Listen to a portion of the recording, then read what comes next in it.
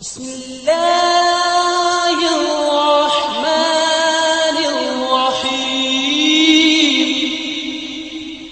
یہاں یہ نوٹ کر لیجئے سورہ صف کے ساتھ کتنا گہرا رشتہ ہے. یہ جوڑا ہے سورہ صف سورہ جمعہ. سورہ صف کے شروع میں کیا ہے؟ سبح للہ ما فی السماوات و ما فی الارض. اور جمعہ یسبح للہ ما فی السماوات و ما فی الارض. ایک میں ماضی آ گیا، ایک میں حال اور مستقبل دونوں آ گئے، زمانے کا احاطہ ہو. اس میں اسلامی رنگ کیا ہے؟ واحد مقصود و مطلوب اللہ کی رضا، آخرت کی فلاح. بس. Not even revolution. ریولوشن مقصود و مطلوب نہیں ہے، نصب العین نہیں ہے. وہ ہماری زندگی کے اندر جو فرائض ہیں ان میں شامل ہے کہ اسی جدوجہد کرے. نصب العین اللہ راضی ہوتا ہے. یہاں تو موسیقی کا روایت ہے، ہمارے صوفیوں نے موسیقی اختیار کر لی. کاہے کے لیے؟ وہ اللہ کے بندو، قرآن سے بڑی موسیقی کوئی نہیں تھی. The divine music. تم نے اس موسیقی کے اندر لوگوں کو پاگل کیا. دھمال کھیلتے ہیں اور انہیں حال آتا ہے. کیا حکمت کا ہر شخص اہل نہیں ہوتا. پھر جب قرآن مجید آیا ہے تو پھر ظاہر بات ہے کہ حضور کے بھی ساتھیوں میں سے کچھ تھے کہ جن کو اللہ تعالیٰ نے یہ حکمت دی ہے. وہ میں نے کہا بحیثیت مجموعی عرب قوم کا مزاج جو ہے وہ فلسفیانہ اور حکمت والا نہیں تھا. ان میں عمل کا مادہ، جوش، جذبہ. ایک بات مان لی ہے اب جان دے دیں گے. زبان دے دی ہے اب وعدہ خلافی نہیں کریں گے. مہمان آ گیا خود بھوکے رہ جائیں گے، اسے کھلائیں گے. باپ کا قاتل بھی آ گیا پناہ مانگ لی ہے تو پھر اب اسے کچھ نہیں کہیں گے. حرم میں دیکھ لیا باپ کے قاتل کو کچھ نہیں کہیں گے. یہ حرم میں یہ ان کے اوصاف کچھ تھے، فطرت کے قریب تھے لوگ. یہ حکمت نہیں. لیکن البتہ جو بدقسمتی ہماری ہوئی ہے، ہمارے ہاں قرآن مجید بہت جلد بیک گراؤنڈ میں چلا گیا. میری ایک کتاب ہے دعوت رجوع القرآن کا منظر اور پس منظر. اس میں 6 صفحے کا ایک مضمون ہے جو مجھے بہت عزیز ہے، بہت عزیز. حضور کے زمانے میں 2 ہی چیزیں تھیں اصل. ایک ہاتھ میں قرآن، ایک میں تلوار. خلاص. قرآن سے ایمان، ایمان سے جہاد. درمیان میں جنکشن کیا ہے؟ قلب. قرآن سے ایمان اور ایمان کا منظر جہاد. انما المؤمنون الذين آمنوا بالله ورسوله ثم لم يرتابوا وجاهدوا باموالهم وانفسهم في سبيل الله. بعد میں جب حکومت بڑی قائم ہو گئی، سلطنت بن گئی، اب زیادہ اہمیت ہو گئی قانون کی. جہاد کا مطلب بھی کیا ہوا؟ دفاع، یا اور مزید فتح کر کے اپنی حکومتیں بڑھانا بادشاہوں کی. یہ نوعیتیں بدل گئی ہے، ایمفیسس بدل گیا. اس کے بعد علم میں قرآن پیچھے، فقہ آگے. اس لیے ظاہر بات ہے کہ معاشرہ ہے، اس میں قانون ہے، اس میں لین دین ہے. قانون چاہیے، قاضی چاہیے اور مفتی چاہیے. وہ اصل تو ڈیمانڈ ان کی ہوگی. لہذا gradually Quran faded into the back ground, یہاں تک کہ قرآن مجید بن گیا صرف حصول ثواب یا ایصال ثواب کا ذریعہ. خاص طور پر بدقسمتی جو ہوئی ہے وہ ہم ہندیوں کی ہوئی ہے، ہندوستانی. دیکھیے عرب سے نکلا اسلام، دائیں بائیں. بائیں وہ گیا فلسطین کراس کیا، سینائی کراس کیا، مصر، لیبیا، ہوتے ہوتے ہوتے ہوتے ہوتے موریطانیہ. یہاں کیا تھا؟ کلچرل ویکوم تھا. نہ کوئی تہذیب تھی، نہ کوئی تمدن تھا، نہ کوئی زبان تھی. لہذا عربی چھا گئی، عرب کلچر چھا گیا.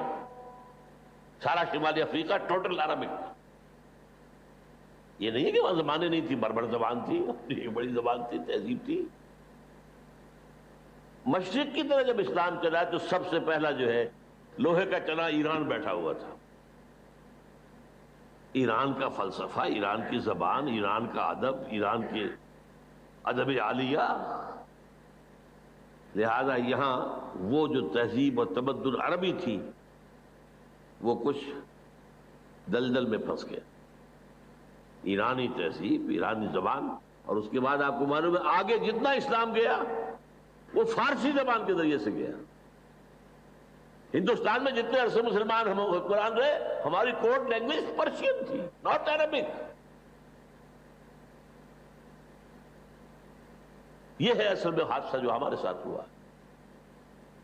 اس صورتحال میں علامہ اقبال کی جو تشخیص تھی یا شیخ الہند رحمۃ اللہ علیہ کی تشخیص تھی، اس کو میں نے اپنا سٹارٹنگ پوائنٹ بنایا تھا. جب 5ویں جماعت میں پڑھتا تھا مجھے میرے بڑے بھائی صاحب نے لا کے دی تھی بانگ درا، اور میں پڑھتا تھا اس کو کچھ ترنم سے پڑھتا تھا کچھ، کیونکہ ترنم دے رکھا تھا اللہ نے مجھے، اب تو نہیں ہے، تھا کبھی تو سمجھ میں آتا بھی تھا نہیں بھی آتا تھا، لیکن ایک شعر چپک گیا. وہ زمانے میں معزز تھے مسلمان ہو کر اور تم خار ہوئے تاریخ قرآن ہو کر. دس از دی اسینشل ریزن. زوال اسلام قرآن مجید سے دوری. خاص طور پر بادشاہوں نے پردے ڈالے قرآن پر، علماء نے پردے ڈالے قرآن پر. عوام اگر قرآن پڑھیں گے تو ہمیں جانچیں گے یہ کون لوگ ہیں، ان کا کردار تو وہ نہیں ہے جو قرآن پیش کر رہا ہے.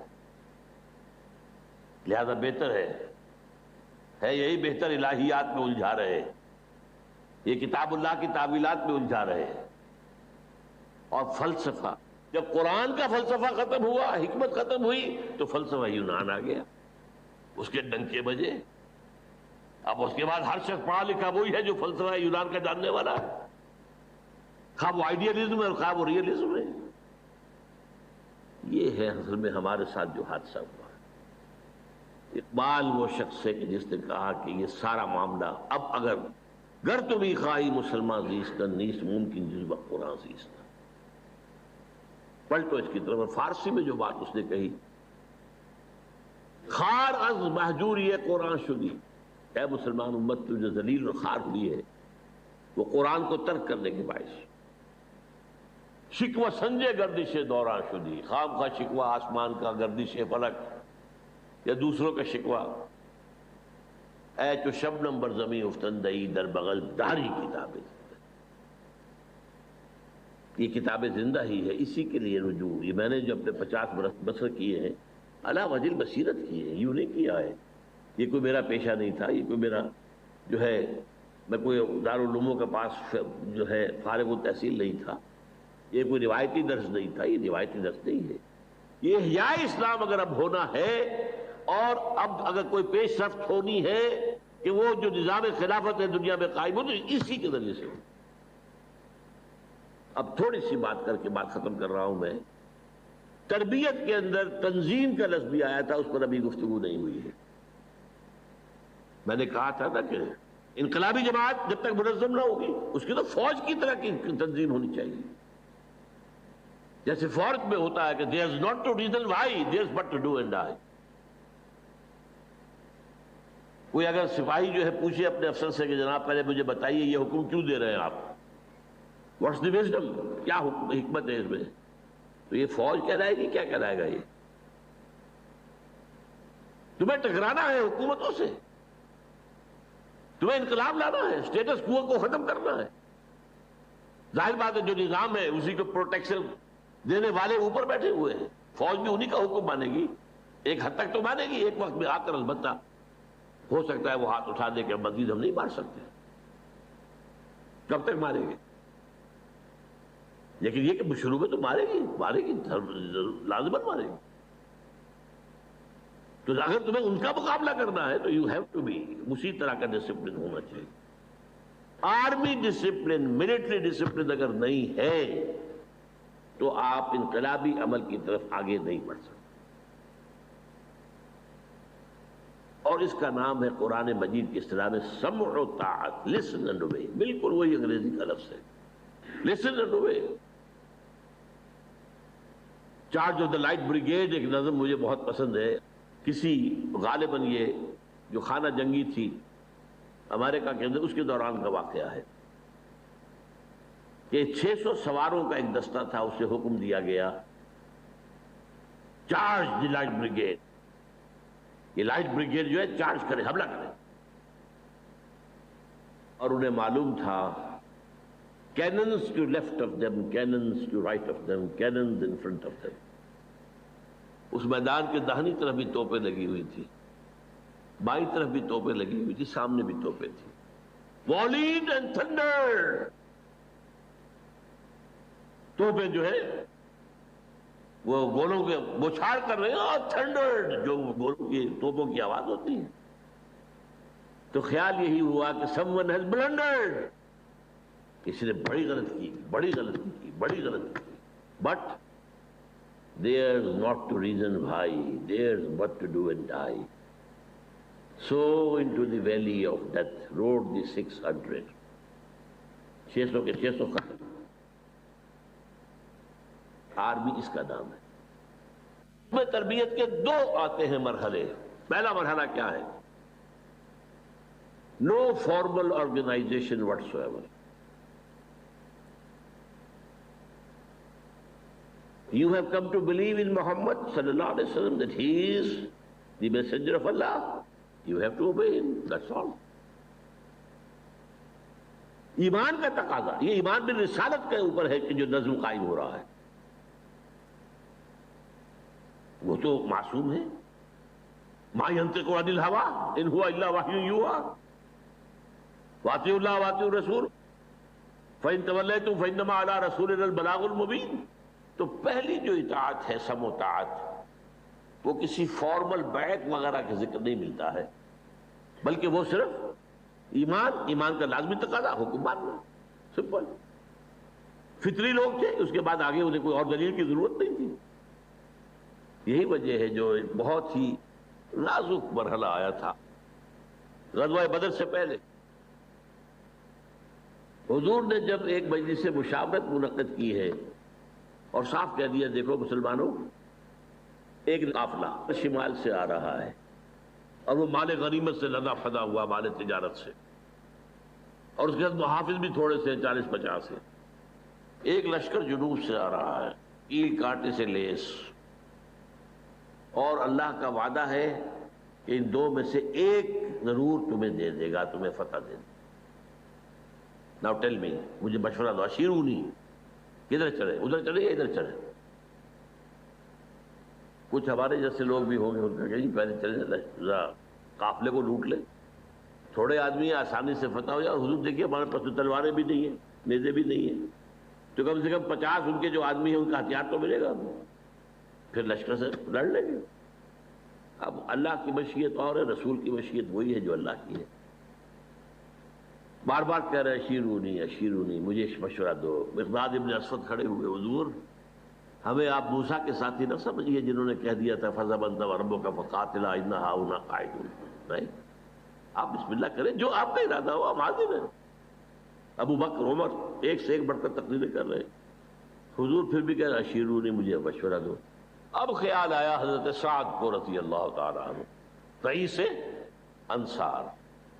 او یہ ہماری طرف اشارہ ہے. کانک تعنینا یا رسول اللہ، اے اللہ کے رسول، معلوم ہوتا ہے آپ کا روح سخن ہماری طرف. اس کی وجہ کیا تھی؟ بیعت عقبہ ثانیہ جو ہوئی تھی اس میں طے یہ تھا کہ اگر مدینے پر حملہ ہوا اور قریش مکہ آئے آپ کو ختم کرنے کے لیے تو ہم آپ کی حفاظت کریں گے جیسے اپنے اہل و عیال کی کرتے ہیں.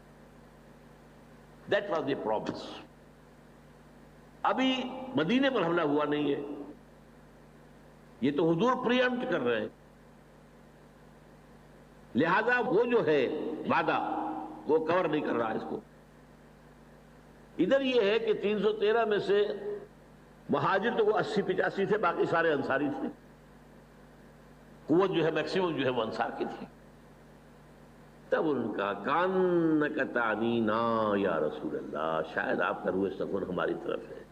اور پھر جو پیارے الفاظ فَإِنَّا آمَنَّا بِكَ، کہ نبی ہم آپ پر ایمان لا چکے ہیں، وَصَدَّقْنَاكَ، ہم آپ کو تصدیق کر چکے ہیں. اب ہمارے پاس کہاں چوائس ہے؟ جو آپ کا ارادہ ہو بسم اللہ کیجئے. کیا عجب کہ اللہ تعالیٰ آپ کو ہمارے ذریعے سے آنکھوں کی ٹھنڈک عطا فرمائے، اور اگر آپ برق غماد تک پہنچ جائیں گے تو ہم بھی اپنی اونٹنیوں کو دبلا کر دیں گے، پہنچیں گے وہاں تک، اور اگر آپ سمندر کے کنارے کھڑے ہو کر آپ نے اپنی سواری سمندر میں ڈال دی، ہم بھی ڈال دیں گے۔ تو بہرحال اصل جو بنیاد جو تھی سم و طاعت کی وہ تھی رسالت پر ایمان، لیکن پھر جب بات پھیلی ہے، آگے بڑھی ہے، تنظیمی ڈھانچہ بڑھا ہے، پھر جب کہ مکے سے نکل کر بات مدینے میں پہنچ گئی ہے، اب آپ نے بیعت کا انسٹیٹیوشن شروع کی، اور اس میں جو بیعت ہے وہ نوٹ کر لیجئے، اس سے زیادہ پروفاؤنڈ حدیث کا تصور میں نہیں کر سکتا۔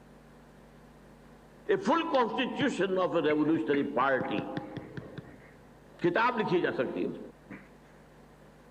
حضرت عبادہ ابن ثابت فرماتے ہیں رضی اللہ تعالی عنہما، اور یہ متفق علیہ روایت ہے بخاری اور مسلم دونوں کی، بایعنا رسول اللہ صلی اللہ علیہ وسلم علی السمع والطاعت فی العسر والیسر والمنشد والمکرہ وعلی اثرۃ علینا وعلی لا ننازل امر اہلہ وعلی نقول بالحق اینما کنا لا نخاف فی اللہ لومۃ لائم۔ 10 آیتوں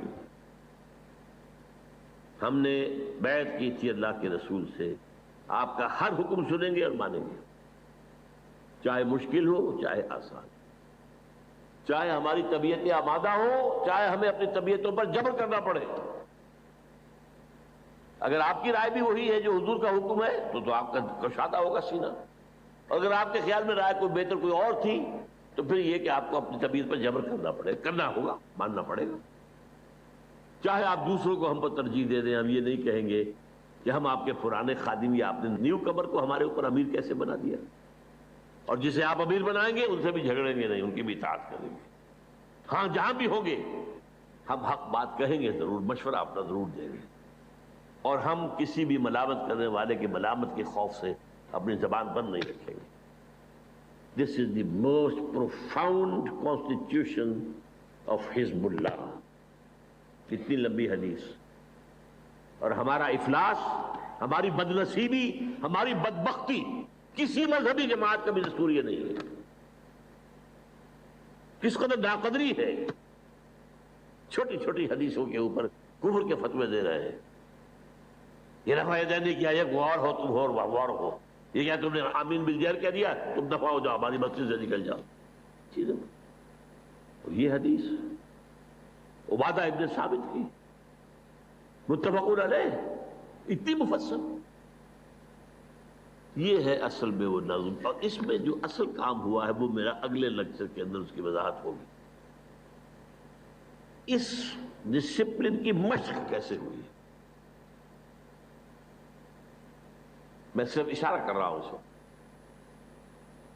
12 برس تک مکے میں حکم یہ تھا کہ مسلمانوں، چاہے تمہارے ٹکڑے اڑا دیے جائیں، تمہیں زندہ جلا دیا جائے، تم ہاتھ نہیں اٹھاؤ گے،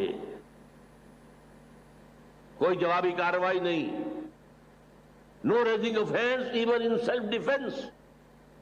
یہ تصادم جو میرے اگلی تقریر کا جو عنوان ہے اس کا اہم موضوع یہ ہے، اس پر عمل کرنا سوچ لیجئے کہ یہ اس سے بڑی ٹریننگ جو ہے سم و طاعت کی ممکن نہیں۔ اب بلایا جا رہا ہے خباب بن الارت کو، آؤ، آ گئے، ان کی نگاہوں کے سامنے دیکھتے انگارے بچھا دیے گئے، اتارو کرتا، اتار دیا، لیٹ جاؤ، لیٹ گئے، پیٹھ کی کھال جلی، چربی پگھلی، انگارے ٹھنڈے ہوئے۔ آپ اندازہ کیجئے جو شخص یہ دیکھ رہا ہو کہ مجھے روسٹ کرنے کی تیاری ہو رہی ہے، اس کو اگر رکاوٹ نہ ہو تو وہ 2-4 کو مار کے مرے گا۔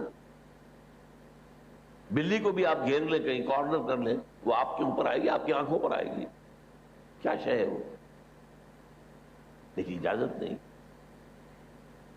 اس حکم پر عمل کرنے کا میرے نزدیک اس سے بڑا ڈسپلن کے لیے ایکسرسائز کوئی نہیں ہو سکتی، ناممکن۔ پریڈ کرانے کی ضرورت نہیں ہے، یہاں حکم ہے اللہ کے رسول کا، ہاتھ نہیں اٹھانا۔ یہ سم و اتحاد کا اور یہ اس کے لیے ایکسرسائز تھی جس سے پھر وہ نظم جماعت قائم ہوا ہے جو حکم ہے سر آنکھوں پر، اور اس سے پھر وہ نظام آگے بڑھا ہے۔ وہ جو اب تصادم کے مراحل ہیں، وہ جو میں نے کہا تھا اقبال کا شعر کہ سب سے پہلے تو بانشہ درویشی نشاد و دوادن زن، اب اس سے بڑی درویشی کیا ہوگی کہ مرنے کو بھی تیار ہے۔ کیوں پختہ شوی خود را بر سلطنت جب زن، تو اس کے حوالے سے پھر جو ہے اللہ تعالیٰ نے ساری منزلیں طے کرائیں، اور اللہ کا دین جاء الحق و زہق الباطل ان الباطل